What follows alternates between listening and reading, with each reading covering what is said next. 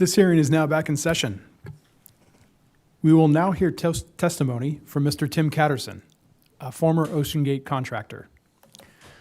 Lieutenant Steele, please administer the oath. Good afternoon, sir. Could you please stand and raise your right hand?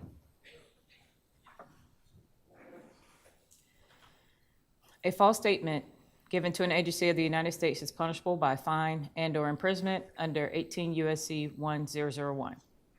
Knowing that, do you solemnly swear that the testimony you are about to give will be the truth, the whole truth, and nothing but the truth? So help you God. Thank you. You may be seated.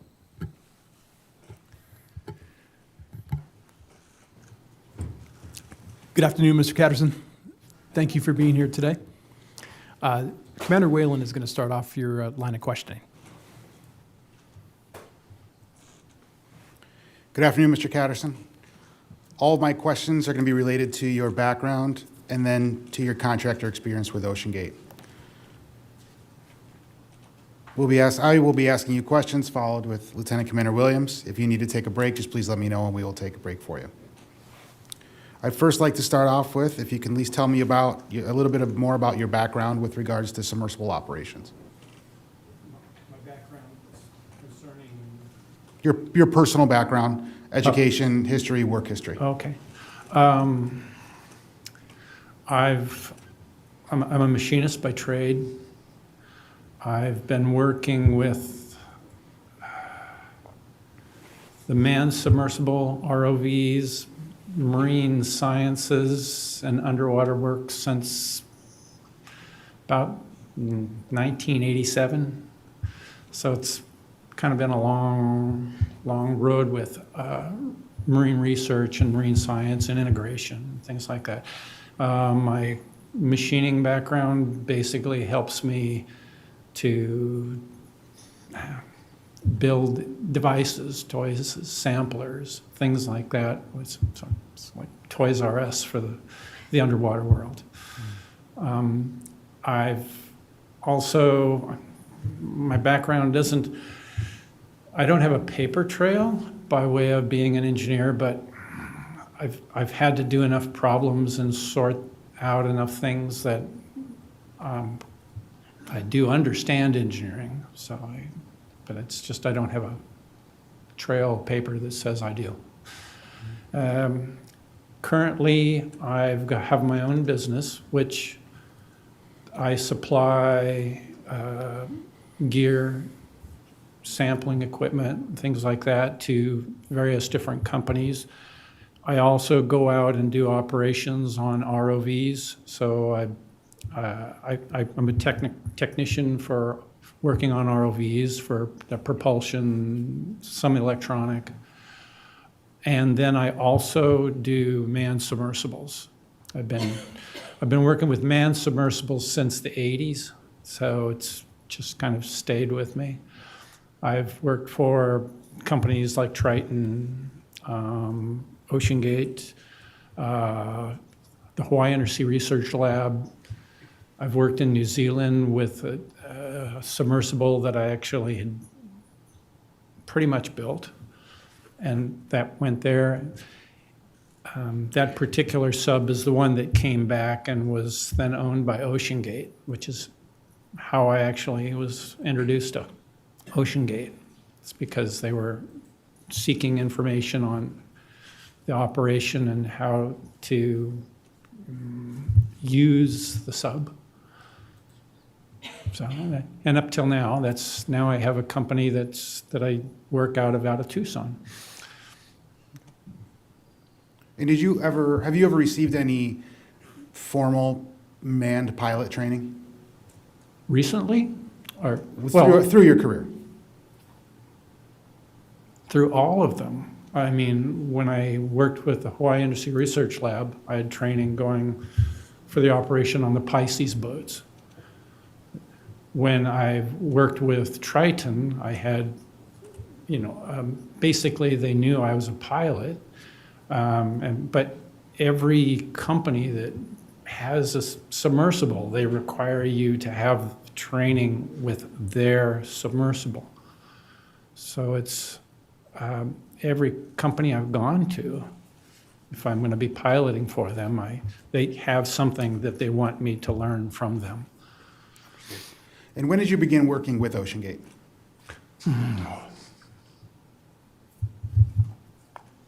I don't know the exact date, but I would say somewhere around 2003 or 2004, around then, I think. And what was your role in 2003, 2004 with OceanGate? Well, the first time I was called by both Stockton and Guillermo. They had just purchased a sub. It's called the Antipodes. It's an old Perry boat, PC 1503. It's been modified significantly. Carries 5 passengers, a pilot and 4 passengers, and they had acquired it. This is the sub. Oops, sorry. This is the sub that I worked on.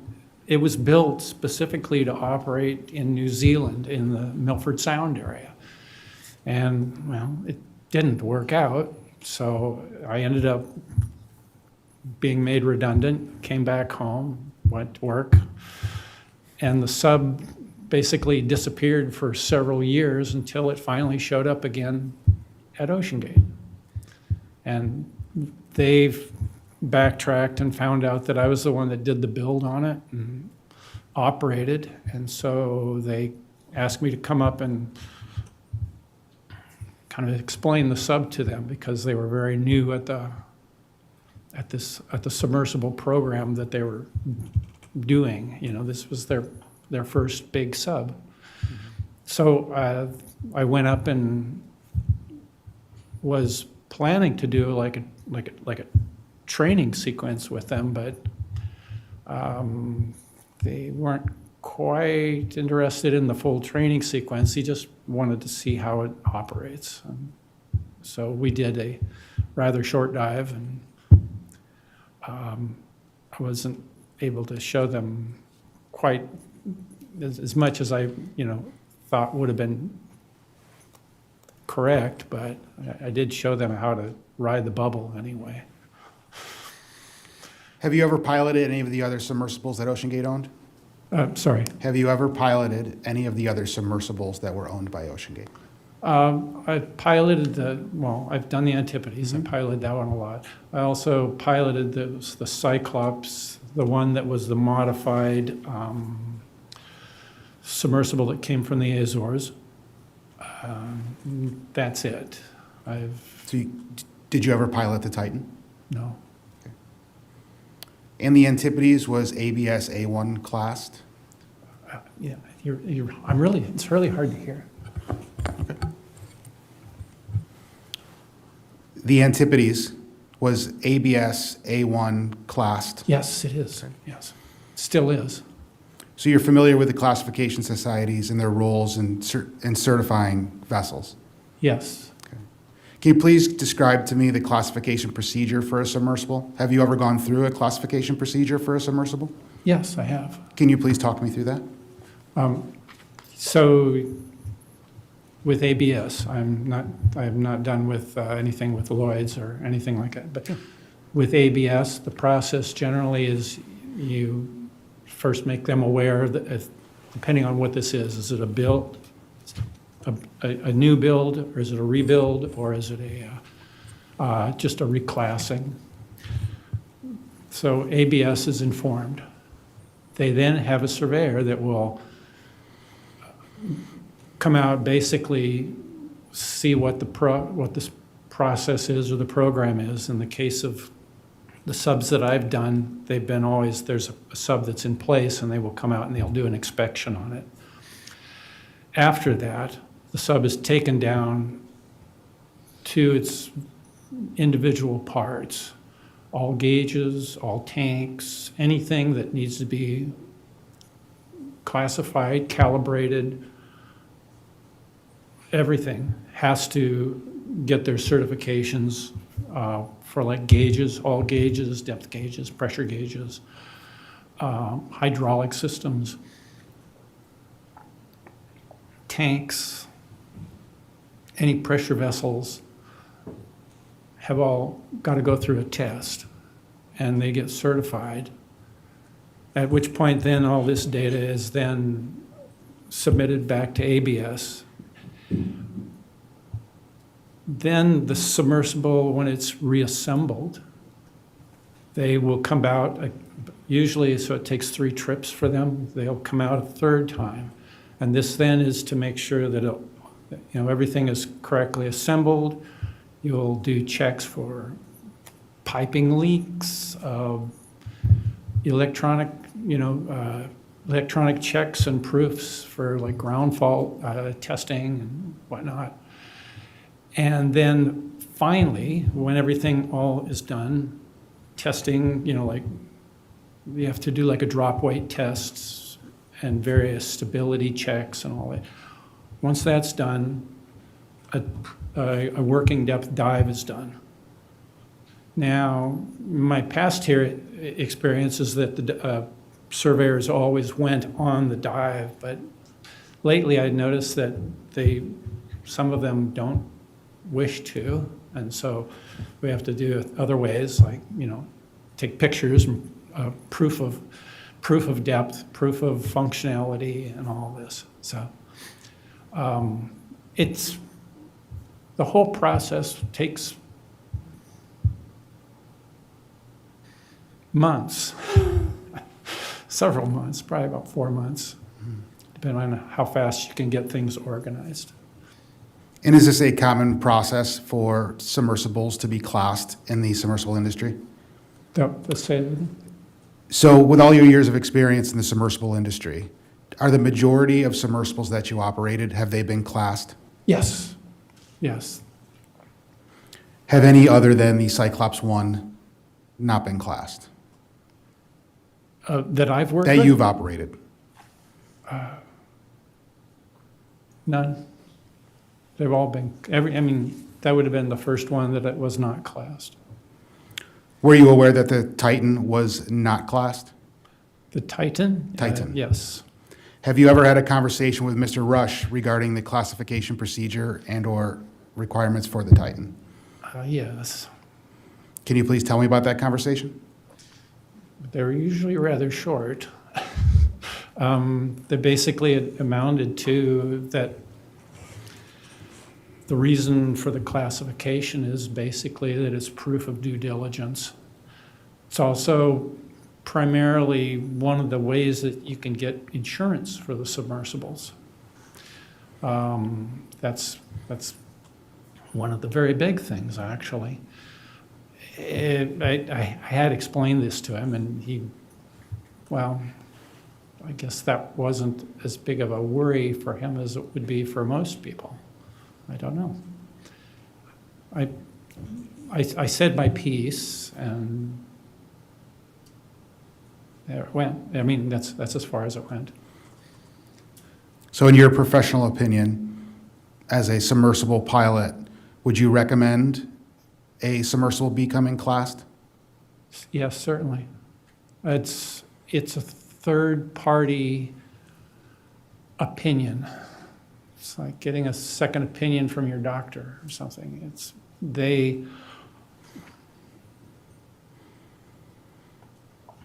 ABS is not supremely versed with manned submersibles, but that's not the point.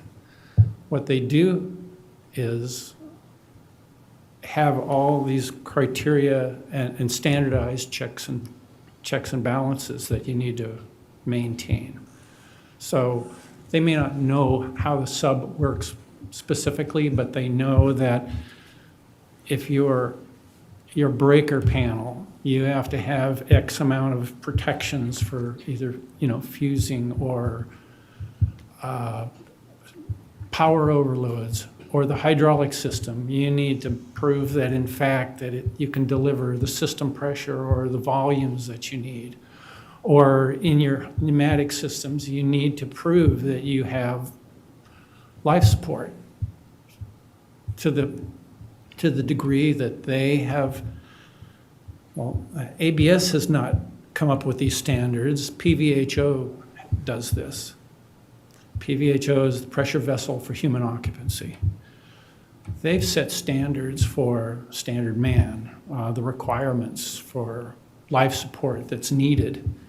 And pretty much verbatim, every testing or classing organization out there follows that, literally, to the word. So it's well known what you need to have. And so ABS is basically that third party that proves, because they check, they say, yes, this is what we have, this is what you need to do. And so it goes to the very end. So it's your due diligence is checked all along the way by a third party.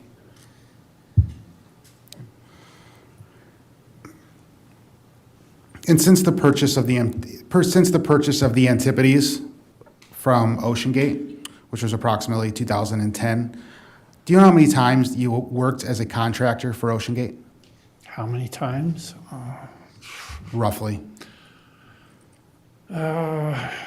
In the very beginning, I was called up several times a year. I would go up for maybe 2 weeks. And then as they got more acquainted with the Antipodes, not as much. I was usually called in when there was kind of something maybe larger going on, a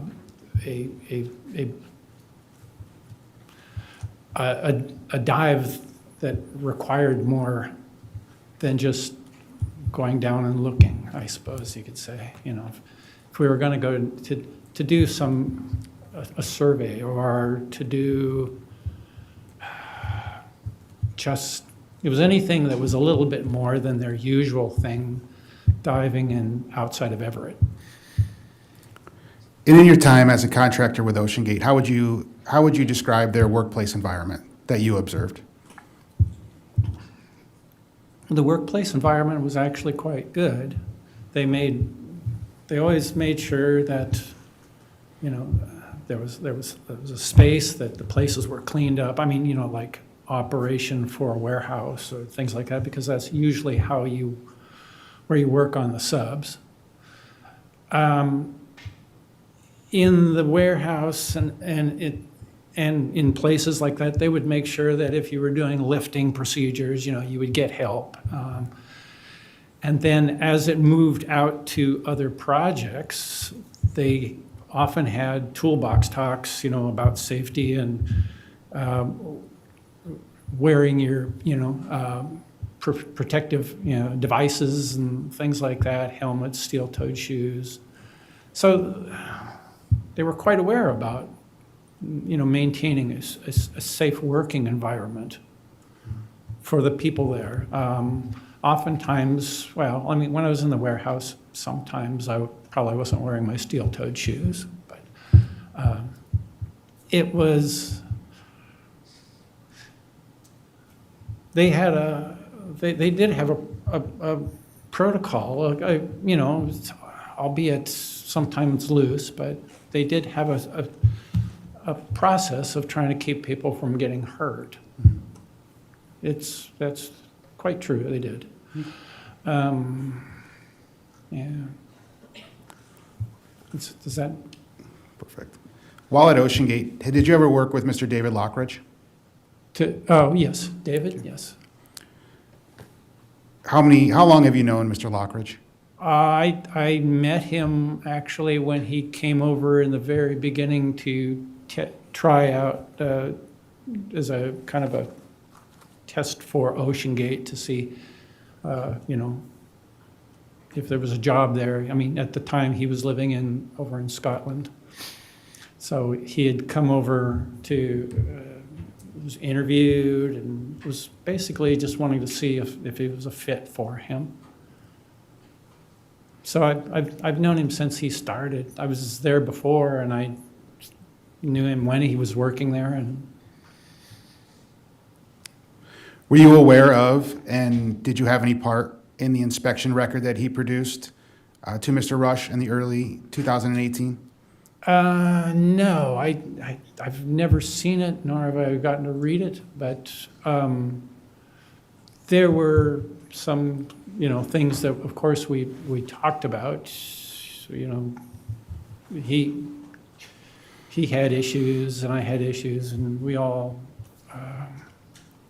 we did discuss things, and so I'm assuming some of those discussions were probably in his paper, but I don't know. What were some of the issues that you had that you discussed with Mr. Lockridge? Well, I think I couldn't tell when Bonnie was talking, but she was saying something about the O-ring groove. And on that face, so the O-ring groove was a dovetail groove. I cut them. I know what they are. I machine them and I make them.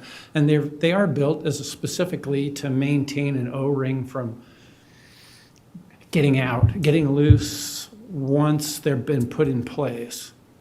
That's all fine and good. But the process that they did to cut the O-ring groove, it means that you have to bring a dovetail cutter, which is wider at the bottom than it is at the top, down into the groove to cut this. And on this particular one, usually what you would do is you would get a cutter that the bottom of the head is a smaller diameter than the overall width of the top of that groove. So you could fit it down in, cut the dovetail, which means you'd have to do several passes, and then you would come out, and what that would leave is a groove on the top, which is unblemished, and the dovetail down beneath. But this one was done apparently with a much larger cutter. It was titanium, so maybe there was just issues about that. I don't know. But when they did it, they did a plunge cut. They cut the groove first, and then did a plunge cut with the dovetail down to the bottom, which you could then go around the entire O-ring face, and then at one point there would be a hole that breached the edges of the O-ring groove. That's where the cutter was put down in, and then the grooves were cut, and then it was removed back out that hole. So that means on that face of the O-ring groove on the inside, there were divots. I don't know if that makes sense, but I can draw it up for you if you like. But It makes perfect sense. Now, that was the original Titan hull back in 2017. So that was that was the first and only of those two end caps. The titanium. of the uncaps, correct? Yes. So, end rings, we'll call them, the titanium rings. The end rings themselves. Okay, so you're asking about? So what I'm asking is, so that was, you had witnessed that in the old the first Titan hull. Yes. Correct. And since you have worked and contracted by OceanGate with the new or final Titan hull, correct? The final Titan, yes, there were two hulls. Okay, Two wait. carbon fiber hulls. Yes, the end caps remain the same. Were correct. So that was the same in 2018 as it was in They were 23. Yes, they were exactly the same hulls. Yes, they were the same.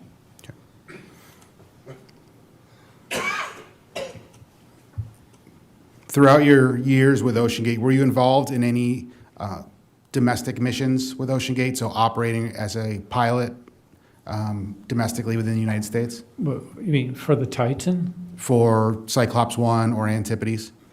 I did projects with them. We dove in Monterey Bay. We did dives. Well, I didn't do any dives on that one, but we went out to the,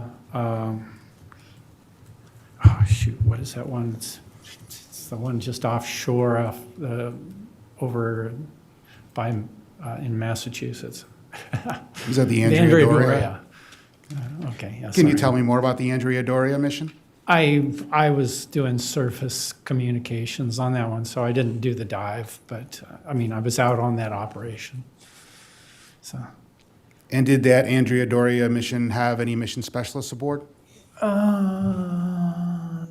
yeah, well, let's see, it was, there was Dave, there was Stockton, there was Renata, and I don't know, I think there were 5 people, but I only kind of remember the 3.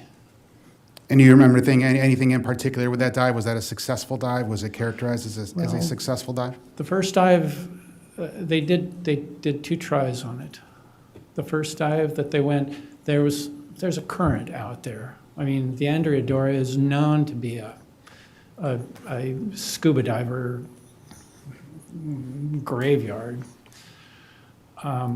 There are currents out there, and they did a dive, and basically, I think they underestimated the current, and they got pulled off and couldn't reach the ship, couldn't get to it.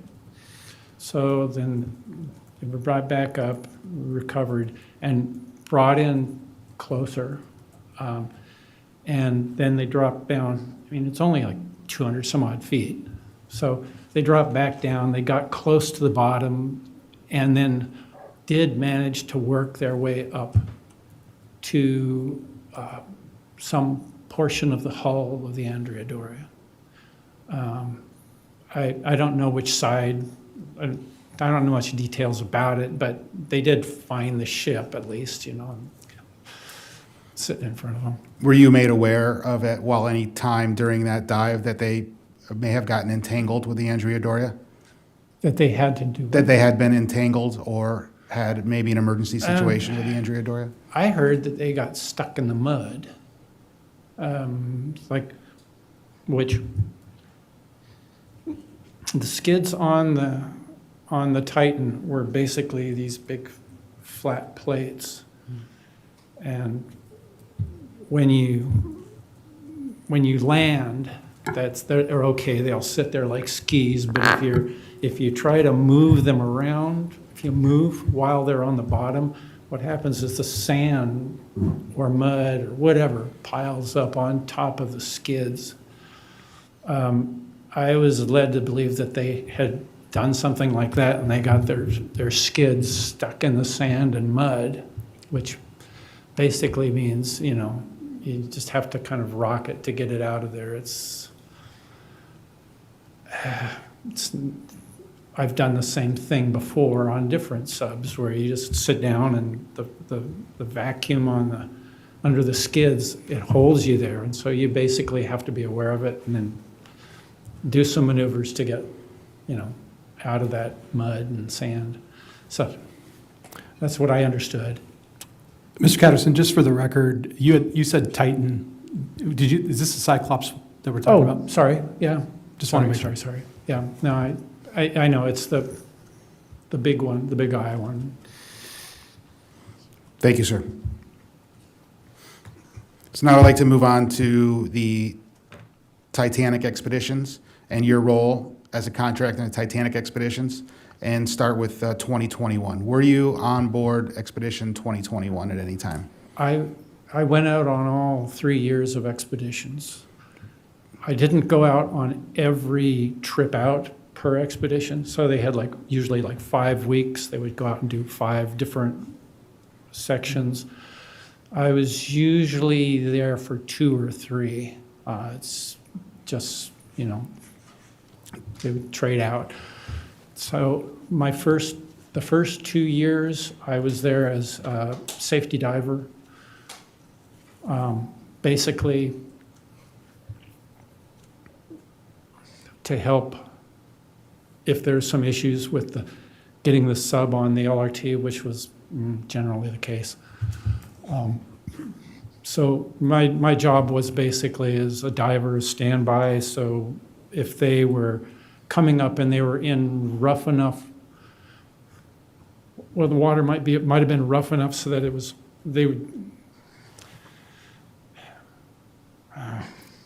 So the LRT, to make it work, to be functionally well working, the LRT should be low enough in the water so that the water's not moving the sub around when they come in for a landing. There were times when they had the cabling that was supporting the platform onto the surface, coupling it to the surface, were too short. And so sometimes the sub was, a little squirrely trying to get it into position and place. So and more often than not, that was the times when I was going into the water to help them guide the sub in, to make sure that they could latch in and then recover. There was perhaps 2 times when they dropped weights and the mechanism didn't function, quite well. I mean, so they released the weights, but the weight didn't go away. I'll get to those in just a few seconds. And, Oh, sorry, go ahead, sir. okay, sorry. And so there was some cases like that where I'd go in and cut them loose and so they can square up and land.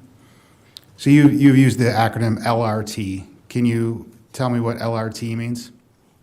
The LRT, that's actually my term for it because when I worked for the university, we called it the LRT, but it's a LARS. It's a launch and recovery platform, or launch, recovery, and transport.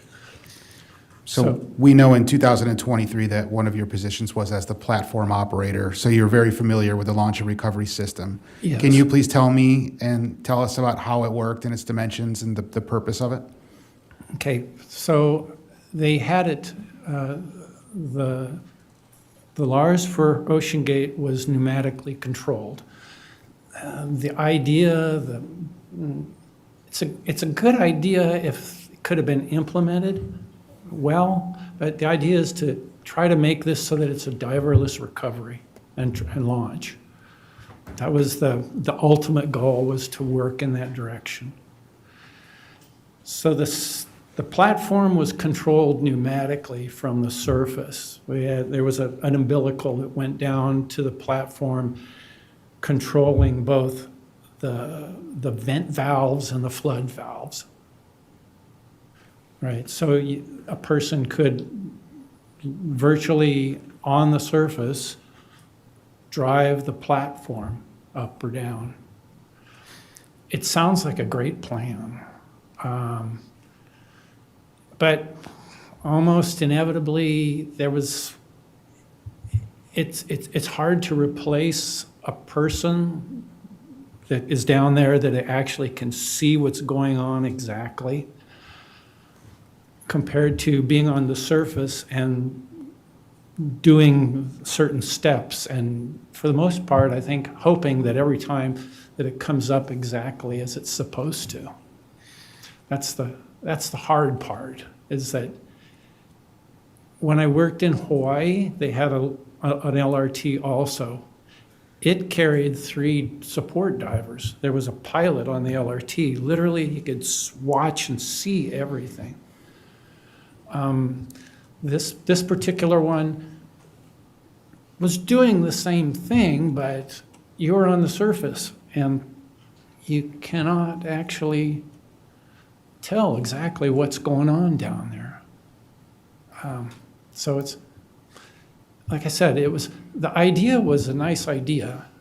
And I suspect that if more work and development went into it, it would probably be a great idea. But at the time, you're still trying to look through water and to see what's going on. You don't actually know. Do you remember what missions you were on in 2021? On what? Do you remember what missions you were on for the Titanic expedition in 2021? So the first year I was on the last 2. The second one, I think I was on the last 2 as well. I was usually there at the end. And then on the third and final one, I think I did 3. Yeah. You had mentioned some drop weight issues, and while you were the diver, can you talk to me a little bit more about those drop weight issues that you were there, that you witnessed? Well, And do you remember the dive number offhand? it would have been on the 2021, 2022 on one of the dives, during the 2 or the 2 trips that I was out. They were making an ascent, and it was just coming up quite slow. So there's a point where the first 2,000 meters, basically, in seawater, due to the temperature change, the buoyancy from surface to about 2,000 meters down, the density of the water changes the most. Once you get past 2,000 meters, it pretty much flat lines almost all the way down to the bottom. But the first 2,000 meters changes density, meaning you have to calculate your drop weights and ballast to accommodate that 2,000 meters. Basically, the water is getting thicker and heavier the deeper you go.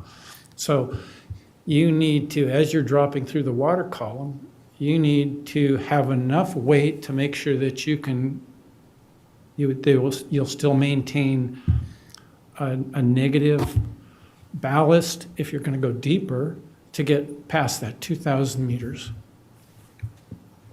Generally, that's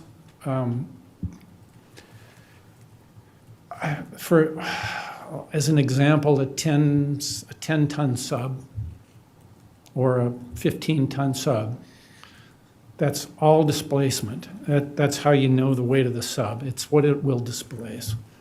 And for around 10 to 15 tons, you basically need, if it's neutral at the surface, by the time you get down to 2,000 meters, you need to have about 200 pounds more weight. It's changed that much over that volume. So, it's making a long story. Now I'll cut to the chase. They didn't have quite as much, they didn't have enough weight as they were coming up with the ballast. And so it came up to a point where the sub became neutral. All right. So you have to dump some more weight. And they did. They dropped some more weight, and then it started coming up more and more. But then they got to, again, they only were able to drop 70 pounds or something like that. It's what I believe it was once they got up. That's not enough to do what they needed to have happen. So the sub was coming up and getting, literally it was going to be stuck at somewhere around, I think they were between 15 and 1,700 meters. So the belly of the sub has these weights that you can jettison the whole thing. Nobody wants to do it because that literally will end your dive trip, because this is part of the assembly. It's an emergency drop weight. They needed to go and do the emergency drop weight. One side of it let loose and it swung down, and they dropped their weights and up they came.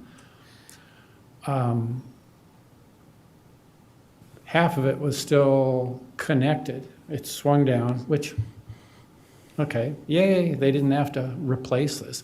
It came up, but now it was hanging below the sub. And so I had to go into the water and re-pull it back up into place and secure it. So otherwise they couldn't land on the LRT.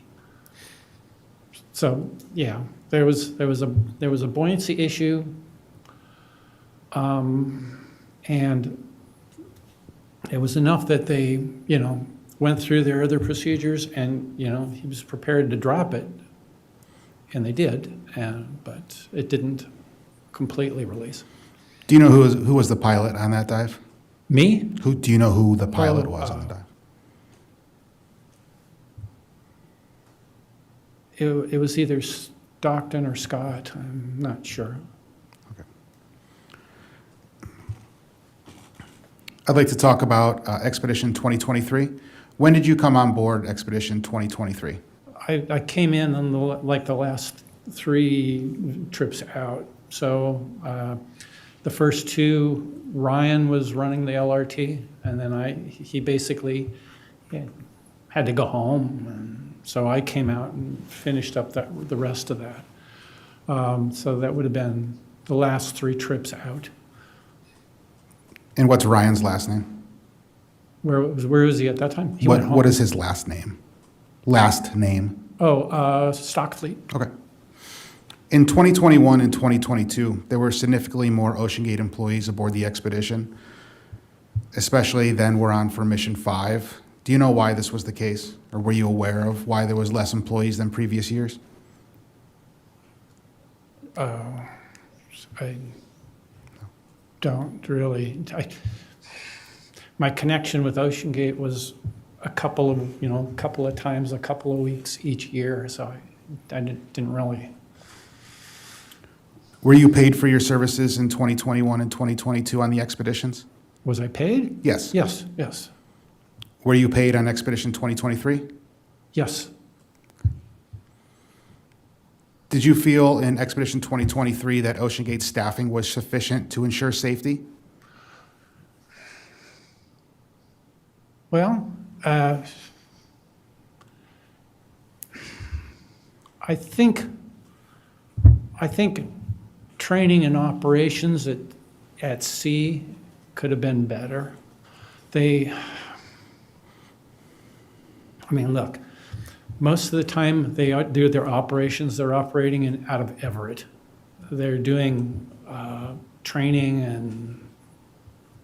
and seamanship and how to do all of this.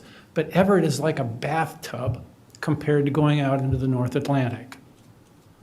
And it is different. It's more demanding. It's harder.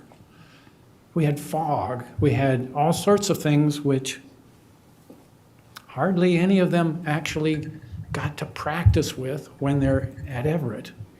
Yes, they're going out on the ocean. Great. Yes, they are seeing chop and some seas. But it's not like going out and basically getting hammered sometimes out in the North Atlantic. So I would say that the training was up to par for where they were working with. But once you stepped out into you just stepped into the barrel of a gun. It's just bigger out there. And so I think the training probably didn't reflect as good of a base of knowledge for out there. That's just an opinion. So regarding the support vessel, so in 2021 and 2022, the support vessel was the Horizon Arctic. Yes. In 2023, the support vessel was the Polar Prince. The Polar Prince, yes, correct. Can you talk to me about the different modes and methods at which the Titan was operated off of those vessels? You mean, what are my thoughts on the shipboard stuff?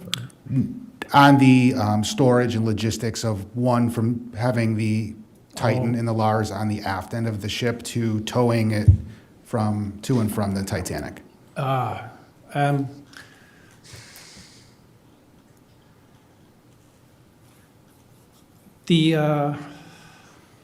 That's a hard call. Again, just my opinion, but on the Arctic, they had a ramp off the stern and with tuggers, they would literally pull the LRT up this ramp and bring it up onto the back deck of the ship. frankly, I think it probably took a bigger beating coming up that ramp, getting it positioned, getting it on the ramp, and pulling it up and sitting it up on the back deck than what it saw riding around, splashing around on the LRT, truthfully. When you're on the LRT out in the water, you're doing this, but it's not this. You're just getting tossed all around. But when we were pulling it up that ramp, there were definitely some hits. It's, steel against steel.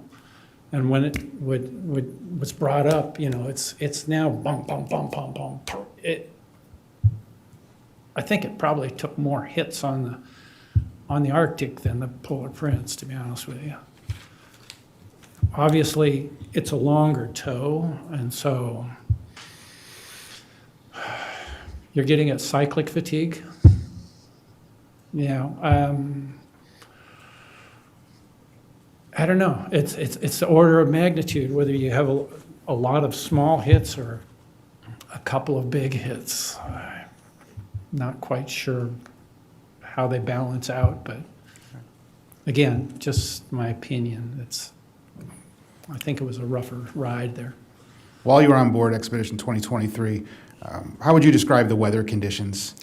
Well,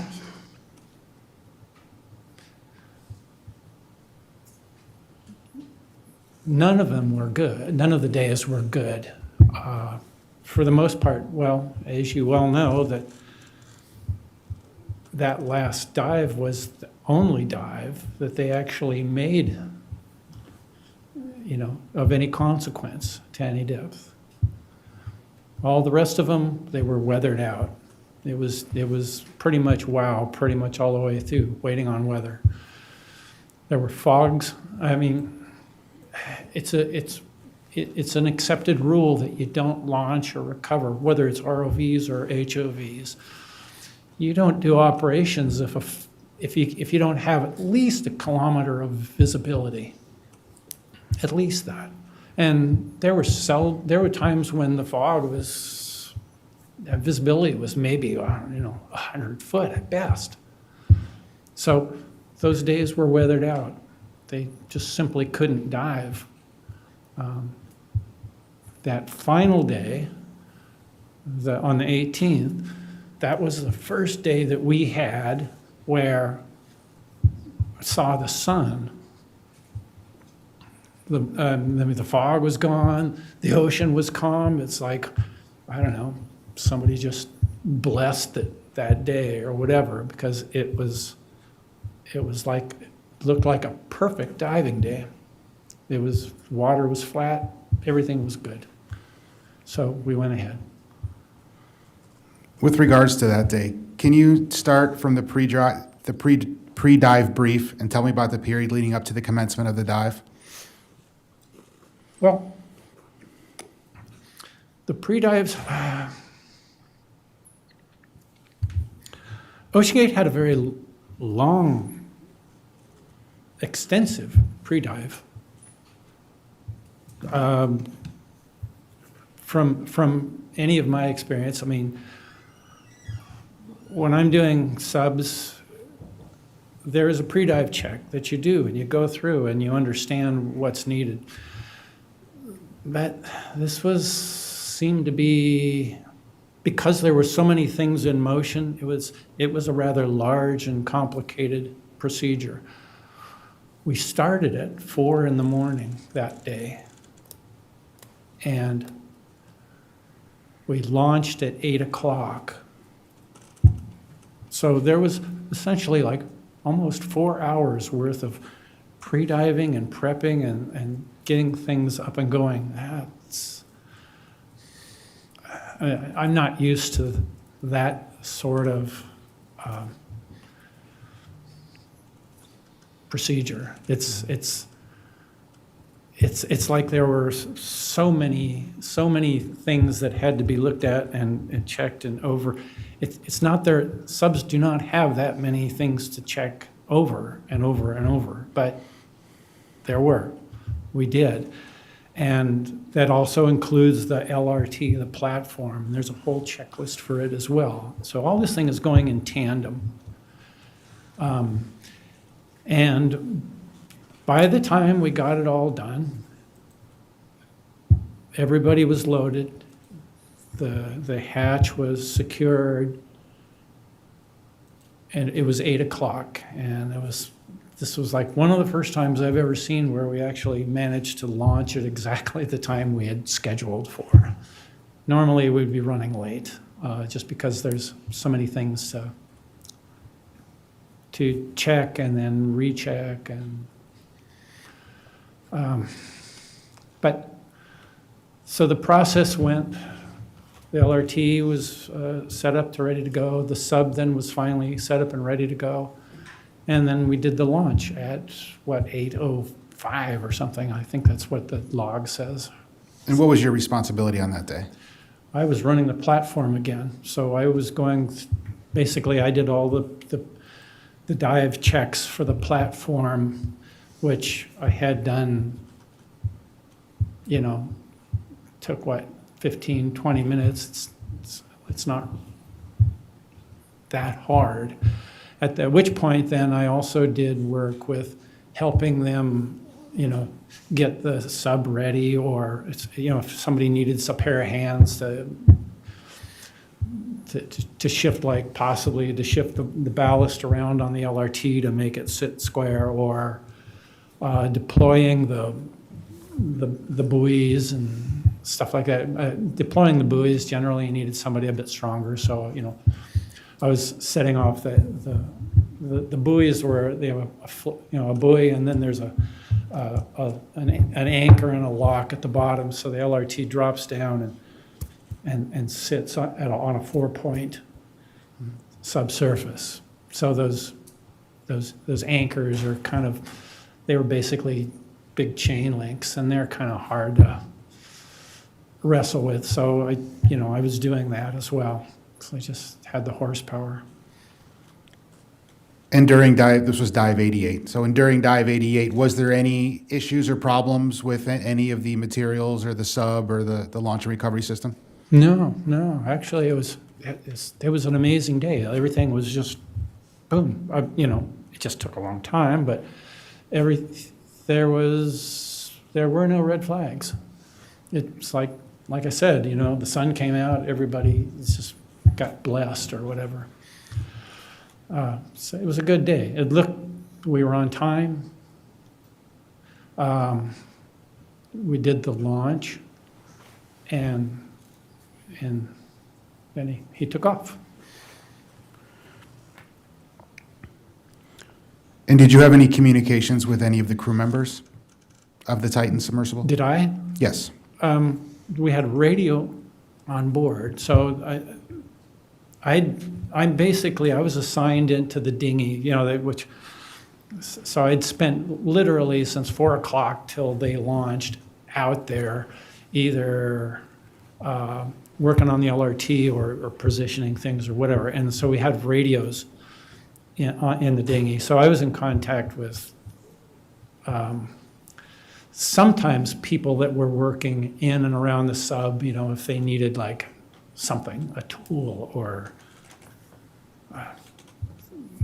to check if the thrusters are rotating, make sure people are all clear, and for just doing checkups and things. So yes, I had a radio that I could talk into the cab of the sub. I could also talk to the ship. And what were your communications that day? Well, the communications mostly were to the sub, because when they finally get everything all sorted out, they need to go through systems checks, thrusters, lights, air, pumps, everything. And so you try to do that before the passengers come out, because they just don't. It's just not a good thing to have thrusters running when there are people that don't really know exactly what this is all about. So we were getting this done before they ever even came out. So I was on the outside doing like lights check, checking with the the acoustic, you know, you give it a little scratch and see if they can hear you on the inside. Basically getting it ready. So I was in contact with that. They would say, you know, can you check to make, are the thrusters clear? Is everything ready for chests? Yeah, yes. Did you have any communications with the passengers? No. Well, I mean, the person I was talking to would either be the pilot or somebody that's working on the sub, but no, the passengers weren't even out there yet, literally. They were still on the ship. Did you have any communications with the passengers after they had come out to the submersible?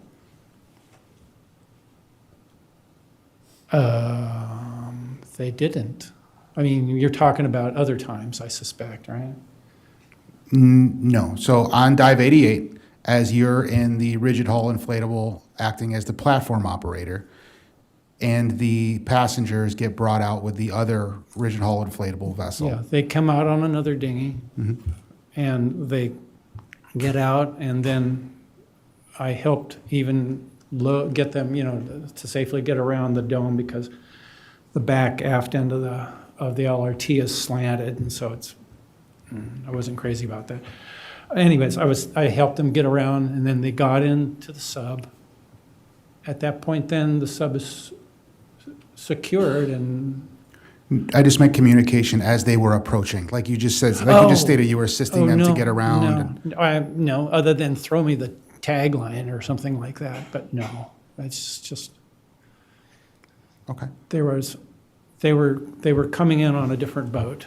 I was basically at the end of the LRT with several other people. They're going to come up, throw a bow line to me, and we'll pull them in and secure it, and so then people can start crawling out of the boat. That's pretty much the sum total of that communication. Okay. And then what was the next step? So after the passengers get into the submersible, then what happens? The dome is secured, which, you know, is a process, but it's secured, and then it's bolted closed. And then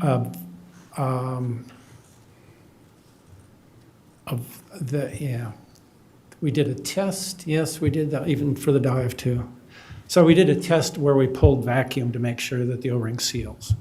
And then, in fact, we did pull the vacuum on the hull a little bit, just so they could test to make sure that the O-ring is seating.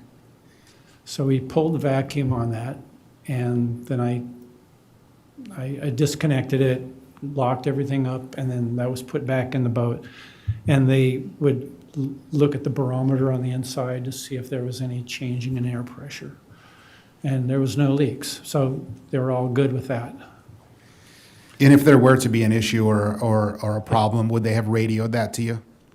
Yes, yeah, they would have, the dive would have been aborted until it was fixed. I mean, that was part of their process, their system of checks, that, you know, the vacuum had to hold. It had to be in place. So what was your next step? So the passengers have been loaded, everybody's been bolted in. What was the next step for you as the platform operator? After that, everybody that came in, there would have been two boats out there now. The boat that I was in and working with, and the boat that brought the passengers. So then everybody would leave the platform, and it is, for all practical and purposes, it's ready to dive at this point. Well, there were some stop chocks that you need to pull out so that the sub can get out of the saddle. And that, of course, was done early on. So we all left. And at that point, I wait until I get the command to, they're ready to launch. So that means the pilot is going through system checks in the subs now. Now that everything's closed up, he's getting everything up and running. Sonar, communications, thrusters, everything is coming live on the sub. And I'm basically waiting until they are ready to dive. And at the point at which they did, on this day, they did dive, can you tell me, is there a signal that is a normal signal that the dive is commencing from the submersible, or do you just hear over the radio? You mean for me to submerge the platform? Yes. I get that from the ops director on the ship. So you got that from the ops director, and then what happened? I was told they're ready to dive, so at that point then I make sure everybody's clear, and then I start venting the tanks. And the LRT basically sinks below the waves, and along with it the sub goes down to the bottom, at which point now no longer my radio does not work to anybody on the sub. So as soon as they're down there, I lose communications. So the ship and the sub will establish communications by their acoustic link. Their acoustic link, and their communications is set up by going through an acoustic modem. So once that's established, I have no control over anything at that point. Now it's all between the ship and the sub. They're in communications, and at which point the pilot says that all systems are go, we are ready to dive. And they're given permission by the ship to do so, which they will then come out of the saddle, drive out, and commence their dive. Once they've come out of the saddle, as you stated, do they normally resurface? Yes. They normally resurface to make communications with yourself, or? Well, so once the sub leaves the LRT and drives off, 10 meters, 15 meters, they start their dive. The LRT platform is empty, at which point I'm told from the ship that the submersible is now, they've started their dive. I'm clear to recover the LRT. So at that point, then I bring it back up to the surface, where we will wait there until the submersible passes 1,000 meters. So we stay there with the platform ready just in case, I don't know, something is going to go wrong, and then they have to, abort the dive and come back up. So we basically stay there and wait until they reach 1,000 meters, which we did. And after that, they told us that they've passed 1,000 meters. It's time you can come in now. So that's basically at that point, I secure the LRT and we head back in and I have breakfast. So on June 18th, 2023, at what time did you approximately arrive back at the Polar Prince? Back to the boat. Back to the vessel after the Titan had departed? They launched at 8. It was probably, I think we were out there, I may have been able to get back to the ship maybe about 8:45, maybe a little bit later, but it was about right around there. It was at least a half hour before, they get to their 1,000 meters. It's usually the case. And they called in. Since I was, kind of diving and wrestling with things, I wasn't wearing a watch. So I don't know exactly. But it was, the time it takes them to get to 1,000 meters. So 20 minutes to 30 minutes, at which point then I go back to the ship. Also at which time I'm off duty. So I just basically went and got something to eat. And I'd spent out there on the water since 4 that day. So everything, I was cold and ready to get warmed up and have some breakfast. So that's what I did. I went and had a breakfast and ate and then went up. At that point, did anybody make any notification to you that there was any emergency aboard the Titan? No, I'm not sure they even knew exactly where I was, to be honest with you. But no, I like I said, I went and had breakfast, I took a shower, got warmed up, and then I went up to the bridge. I was in no big hurry, but I just wanted to go up and, well, they made it to the Titanic. Let's see pictures, let's hear what's going on.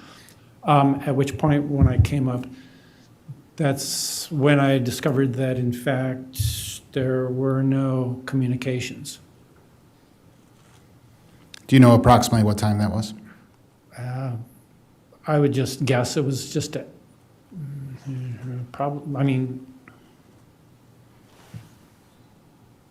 about 9:45 or 10, maybe something like that.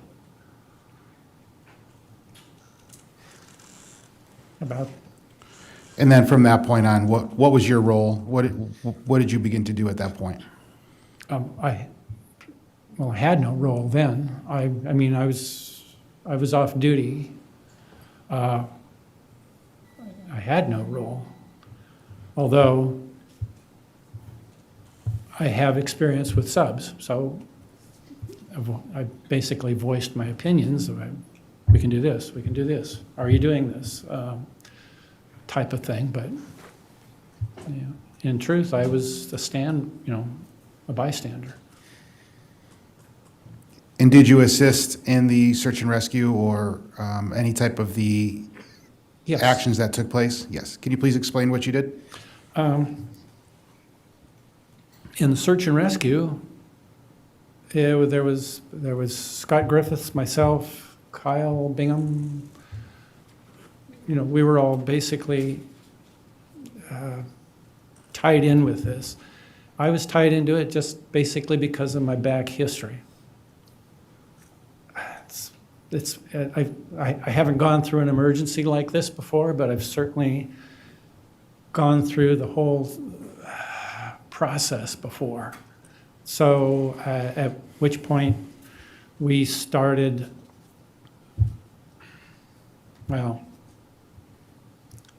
we did everything that we could to try to ascertain whether it was just a communications issue or something else.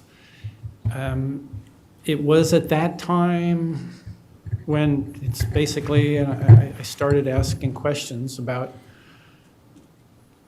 when did it happen, or what's the interrogation rate of the tracker, or things like that. Can you track it?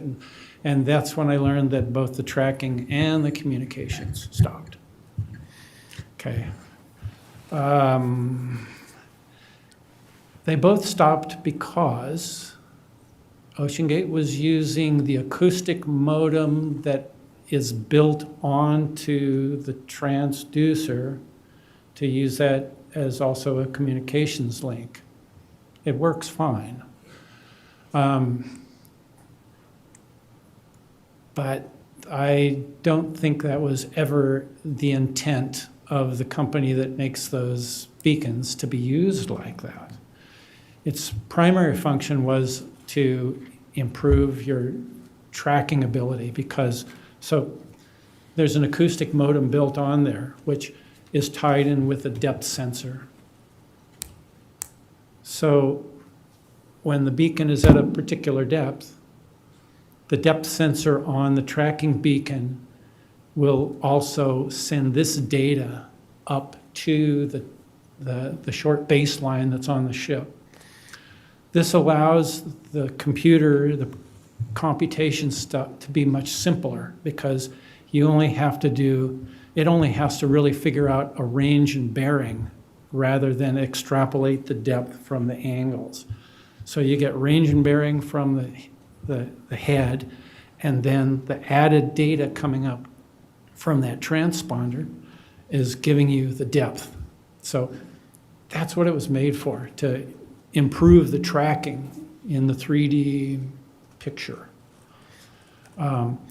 They can also be used to send AUVs command signals like do a certain search pattern, grid pattern, or whatever. I mean, it's very useful. It's just that it also worked to to be able to type up messages and sending them up through the acoustic modem as well.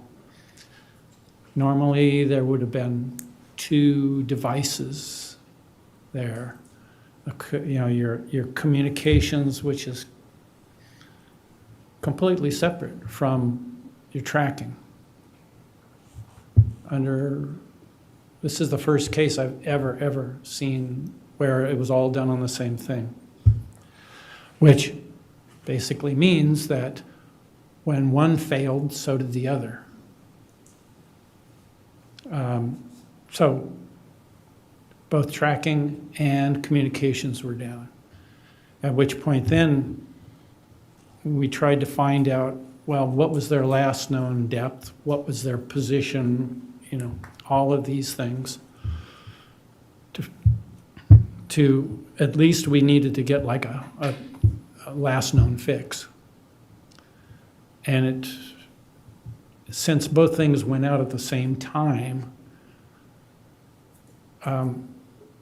we assumed that it was something had failed on the transponder itself.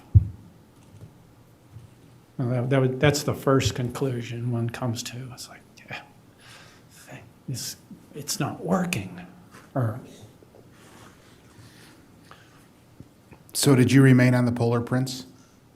I stayed on, yes, I was on the Polar Prince for the process of, of the looking for it, all that. I was there,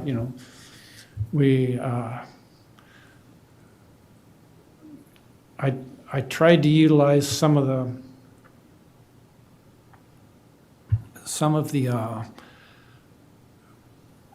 points and positions and to try to figure out how the Canadian Coast Guard was able to triangulate. Because they were giving us fixes. They said that they heard this knocking. And unless all of their sonobuoys were picking this up, you wouldn't be able to triangulate. Yeah, and you know what I mean? I mean, if they had one buoy out, 2 buoys out, 2 buoys, maybe you might get something, but 3 or 4 would be much better. And they would all have to hear it, and they would also have to have a timestamp on when the signal came in for each one of these things, at which point then, yes, they were giving triangulated positions for where they think this is coming from now, this noise is coming from. And so we were assuming, noise from the ocean is not, it's chaotic. You don't, unless you're listening to a dolphin click or something like that, for the most part, nothing is clear and even and equal. But the claims, I never heard the sounds, but what the Canadian group said is that it was a clear knocking sound, knocking or clicking or banging. It's whatever word they chose to use, and they said that it happened over several different times. This, it's obviously it's if it happens more than once and if it happens consistently, it's something that humans are doing. It's not arbitrarily happening. So with that in mind, we're now assuming that, oh crap, they're drifting, because the first triangulation they gave us was basically about 100 meters. It was about 100 meters to the southeast of their last known fix. So we went to this position and they focused on putting more buoys out there, but it was very sporadic with this knocking. And then, of course, they finish at the end of the day, and then they go home because they're running out of fuel. They got to get more buoys and, all this thing. So logistically, they weren't sending these sonar buoys out 24/7. They were through the daylight hours. So the next morning, they would be back and more sonar buoys would go out. And another time, there would be another triangulation spot that it's in a different place, farther. What I did notice is that it was always farther to the southeast. It never went north of the fix. It never went, full east or west. It was always on this swath, kind of heading down to the southeast. So we assumed that it was drifting, possibly midwater. Maybe they're dragging over the bottom. Don't know. I have no idea. This was all theories that were just flying around between people who are totally without sleep and very anxious, and just it's the worst thing that could be happening. Did So- the Polar Prince have an ROV on board? A remotely No. operated vehicle No, that could get to did the not. depth for rescues? The Deep Energy was one of the first ships that responded and showed up. Now, Deep Energy is a large behemoth pipe-laying ship, and it carries 2 ROVs with it. Now, these ROVs are basically designed for, they do work all over the world, but these are work-class ROVs, and their usual operating depth for most the industrial ROVs is 3,000 meters. Not enough. When they came onto the scene, Scott, myself, and Jairus transferred over to the Deep Energy. And Jairus was the doctor on board. Scott Griffith was the ops director, and I was me. We went over there. I spent most of my time with the ROV guys in the shed. I was kind of working between them. I got the information for how deep it was. Can you dive? What would it take? And logistically, if they can get down there and find something, what would they need on, what we'd need on the surface to do the recovery sort of thing. So I was talking with, I don't know his last name. His first name was John. He was the ROV, chief ROV operator on the Deep Energy.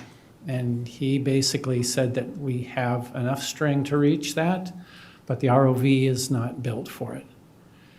That said, it would be criminal for us not to try. So they did. They sent their ROV down. Again, I was with them. We ran it all the way down to the very end of their main cable.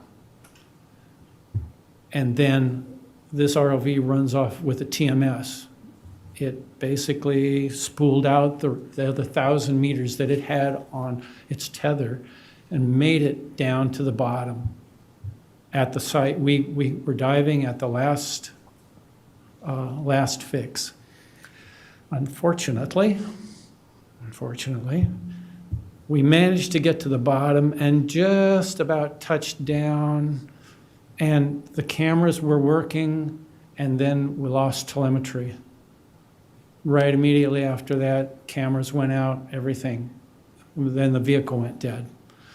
So now they've got all the cable stretched out. They've got a dead vehicle down there, which we have to do. I didn't have anything to do with that, but they had to do a dead vehicle recovery and then bring up the ROV, and where they found out that they had kind of pretty much gutted the ROV. Their bottles had collapsed. They essentially destroyed the ROV, trying to help. So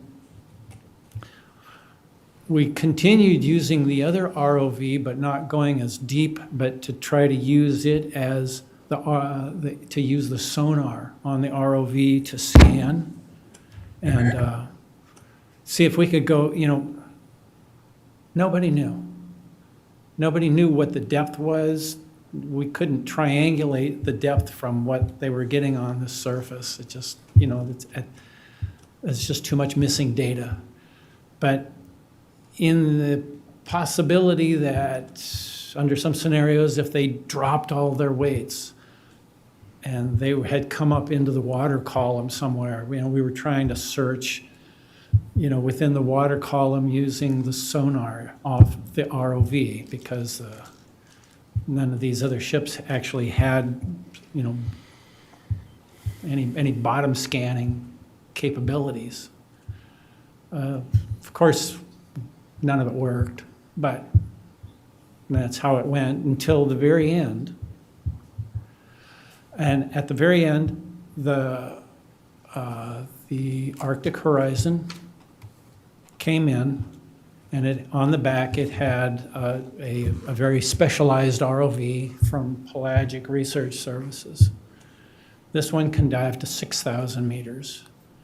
And it was something to watch. It was amazing. The ship pulled in literally. It almost was coasting to a stop, and they had launched the ROV, and it was on its way down full tilt.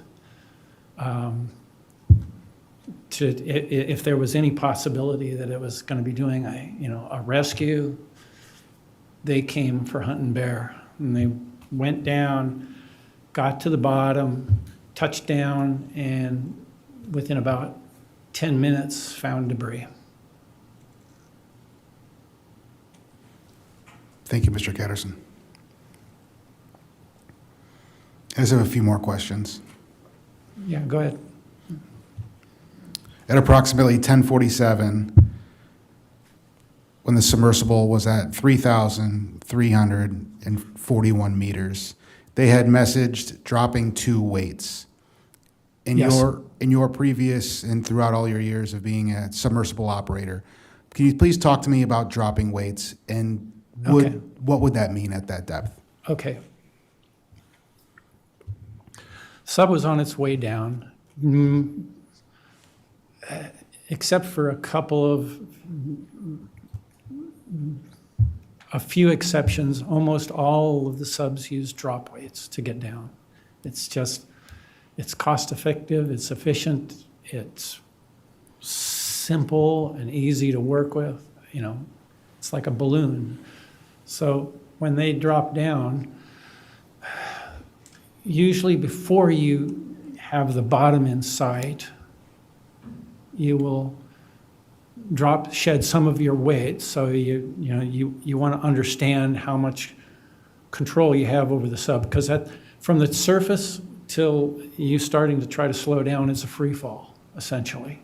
You're trying to get the sub down there literally as quick as you can, because the longer you stay in the water column, the farther you get washed offshore, washed off target, so, sorry. Your ability to reach the target is quite important, and to do that, you need to go through the water column as quick as you can. Most subs will do about 32 to 35 meters a minute. That's standard. A limiting factor can do 55, but then they're also going to the Marianas Trench too. But for the most part, 30 to 35 meters a minute, that's a very standard number. So they're falling through the water column.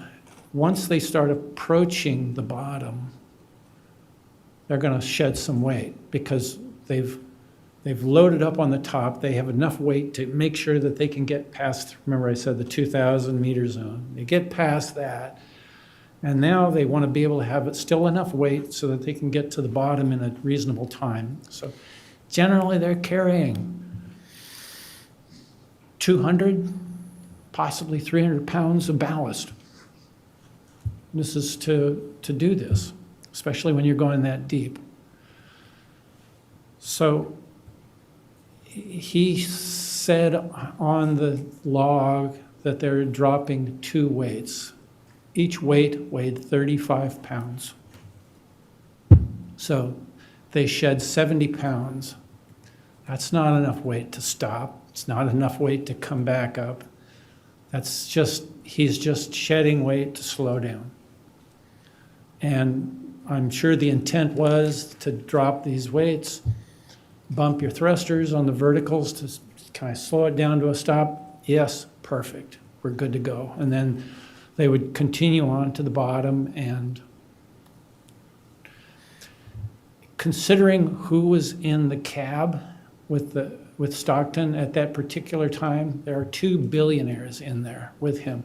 I would absolutely guarantee that he's trying to make sure that this just goes as absolutely perfect and spot on as he can. So he's slowing down early at 3,200 meters, 3,300 meters.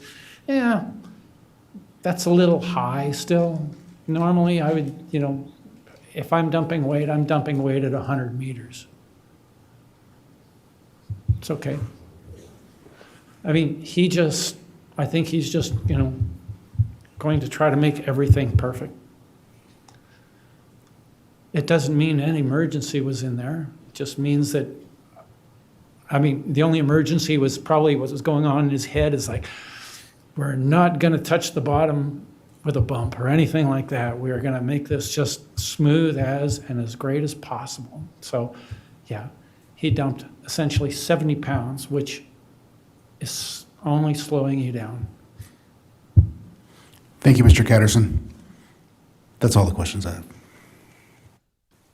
Mr. Catterson, we've been going for over an hour. Would you like to take a break at this time? I'm fine. Okay, we'll continue on. Thank you, sir. If you have more. Just a few more. I'd like to go to Lieutenant Commander Williams. Oh, I'm sorry. The board would like to take a quick break, sir. Okay. If you don't, we will recess and return at 4:45, sir. Okay.